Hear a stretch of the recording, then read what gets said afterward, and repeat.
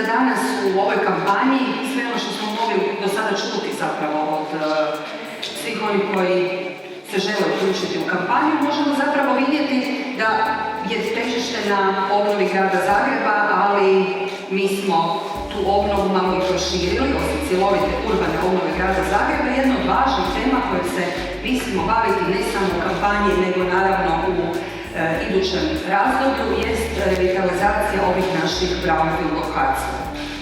Proteklih desetljeća, na čelu sa gradonačelnikom Milanom Bandićem, grad Zagreb je kupao te lokacije. Okrupnjavali smo područja kako bismo na njima mogli razvijati projekte. Ovih se dana u javnosti može puno toga čuti, na primjer, o bloku Gredelj.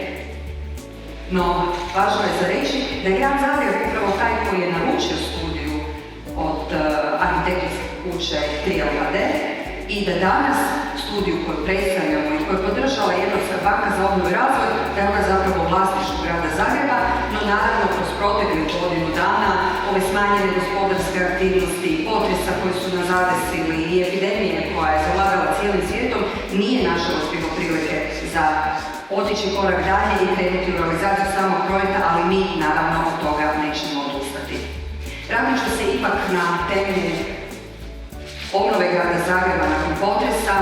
Kao što sam rekla, upravo sam iz tog razloga što je to glavna tema i mora biti glavna tema i uvijek moramo govoriti da nismo zadovoljni obnovom kakva se danas provodi u gradu Zagrebu.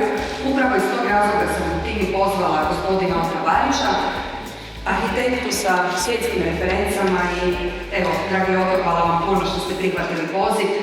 Trebamo u Zagrebu imati graditelja, vizionara, urbanistu koji će moći sprovesti u djelo obnovu. Jednako tako, vrlo se često u medijskom prostoru čuje jedna rečenica da se ne radi ništa. Voljela bih kroz ovaj program zapravo i demistificirati neka opća mjesta koja su se nametnula u javnom prostoru, a da zapravo demistifikacija znači argumentima objasniti zašto tome nije tako. Ja inače nisam nekog posebno analitičkog uma, ali me ovaj posao u politici u proteklih 20 godina ipak naučio da treba i u neke kućice nešto pospremiti. Mi smo u gradu Zagrebu svoj dio obnove napravili ili je ona u visokoj fazi dovršetka. Pa ću vam sad to reći kako to izgleda u brojkama. Na području grada Zagreba imamo 1158 objekata društvene namjene i svi su u funkciji. Osim još jednog dijela gdje se obnavlja, gdje se još objekti obnavljaju, ali to ima svoju dinamiku, to je ili u postupku javne nabave ili se radi o projektima koji su već u samoj realizaciji.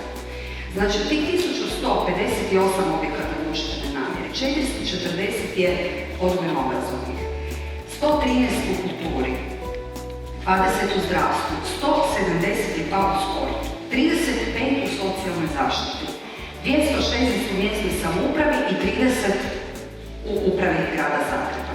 1158 objekata. Kad tome pribrojite prometnu, komunalnu infrastrukturu, onda vidite da je grad Zagreb u godinu dana od potresa do danas učinio sve što je mogao.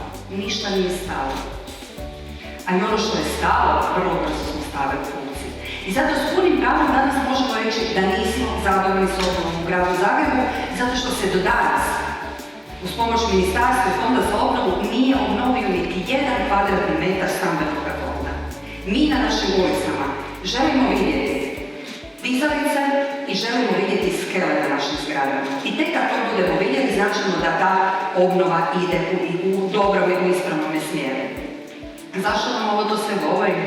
Zašto bismo mi kao grad Zagreb, koji ima takav veliki fond od 1158 objekata koji su u funkciji, zašto bismo trpili kritike da smo krivi što obnove nema?